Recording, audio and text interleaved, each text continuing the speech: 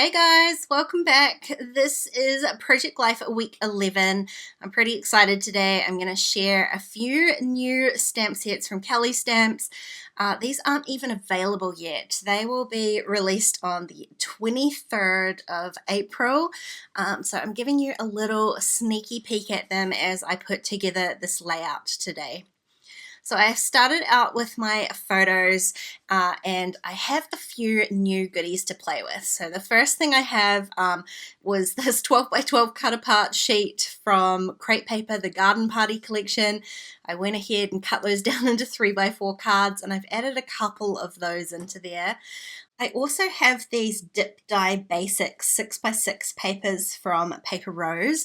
I bought them specifically to make title cards for Project Life because I loved them.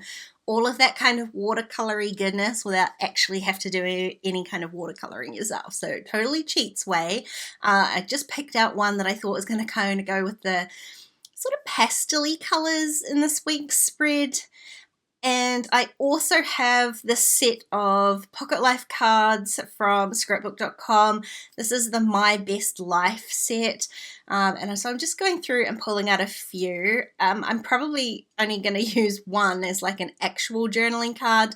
And the other ones I'm going to attempt to kind of use them to embellish my photos this week. So the first thing I did was just trim down that 6 by 6 paper, and it is actually card. It's quite a really thick cardstock. I just trimmed the actual kind of watercolored piece off the bottom of it, so it's mostly white. I want to keep that kind of light, bright feel to it. And then I'm going to move on to my cards.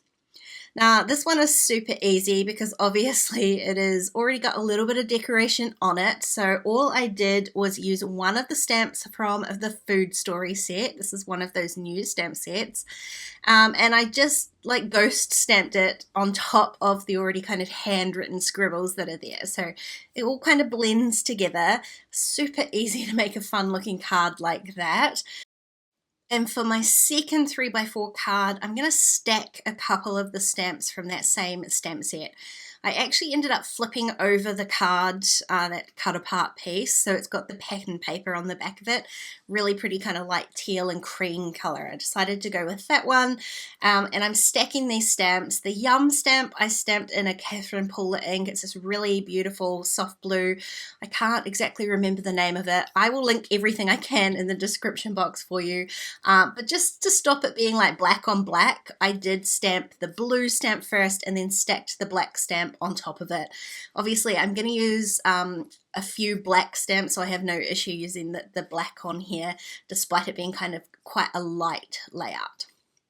Now this is where I'm going to use that first 3 by 4 card as sort of an embellishment kind of journaling spot. I decided to just trim it down on both sides, so leaving a little bit of the background before it hits that text. And then I just used some scissors to fussy cut around the top of the sentiment, leaving the bottom clear because I'm just going to run that through my typewriter and add the teeniest little lines of journaling underneath there, and then stick that down. I left the bottom of it because I didn't know how long the journaling was going to take. It only took 2 lines. And so I can trim off the rest of that excess, and that gives me my little journaling spot / embellishment.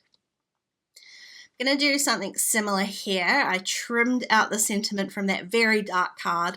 Was definitely not going to go with the whole kind of light and bright theme I've got here, but I did love that sentiment, heck yeah. So I decided to trim that out, and I do like how it kind of sits on there, but I want to create a little bit more of an embellishment with it. So I decided to back it with, some pattern paper. But as you'll see, I didn't get any pattern paper out on my desk here. I do have a bunch of stamps, so I'm going to stamp my own kind of pattern paper. So this little stamp says adulted today, and it is from the awards stamp set. This is a cute stamp set. I don't use a whole lot of it on here. I definitely will be using it a lot more. I can tell you can build your own little awards on here for all of those things that we know just takes so much effort during the day. I started off by stamping that just kind of straight up and down, and I didn't love how that was looking, so I decided to redo it to the other side on a diagonal. And this is just that off-cut scrap piece from that title card, so it's a great way to pull in that same color. I loved the blue, and it kind of went with some of the blues in the sky photo I've got there.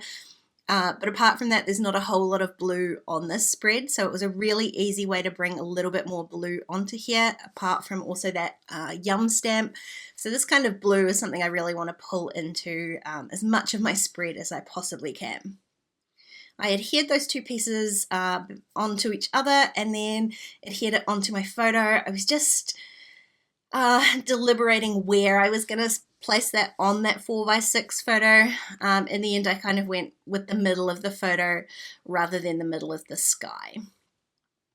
Now here's this award stamp that I'm talking about. I'm just kind of playing at this point. I wasn't necessarily planning on where I was going to use this. I wanted to see how to build the little awards. You can see how simple it is. There's a couple of different stamps on there, but because I just used this like off-cut piece, again, I was just playing, I just went pink on pink and I really liked how it looked, so I decided to trim it out. I added a sentiment to it. It says, took a self-care day, and then I'm just going to fussy cut that out again to create this little embellishment piece that I'm going to use to embellish my photo. It didn't take long. You could probably use a punch and build it on different pattern papers. There's also an outline for the little tail if you don't want to do the solid stamp. Again, I was just playing, so I did the solid one. I trimmed that out. The tail is a little bit long for the space that I have to put it in. I want the round piece of the kind of award to go in the blank space. So all I did was grab some scissors and kind of fussy cut the end of it off. Super easy. And I'm going to use that shape, that sort of tail shape again here on this photo. I decided I wasn't going to end up using that card. My initial thought was to fussy cut out those letters and spell the word love on there, but they're just a little bit large.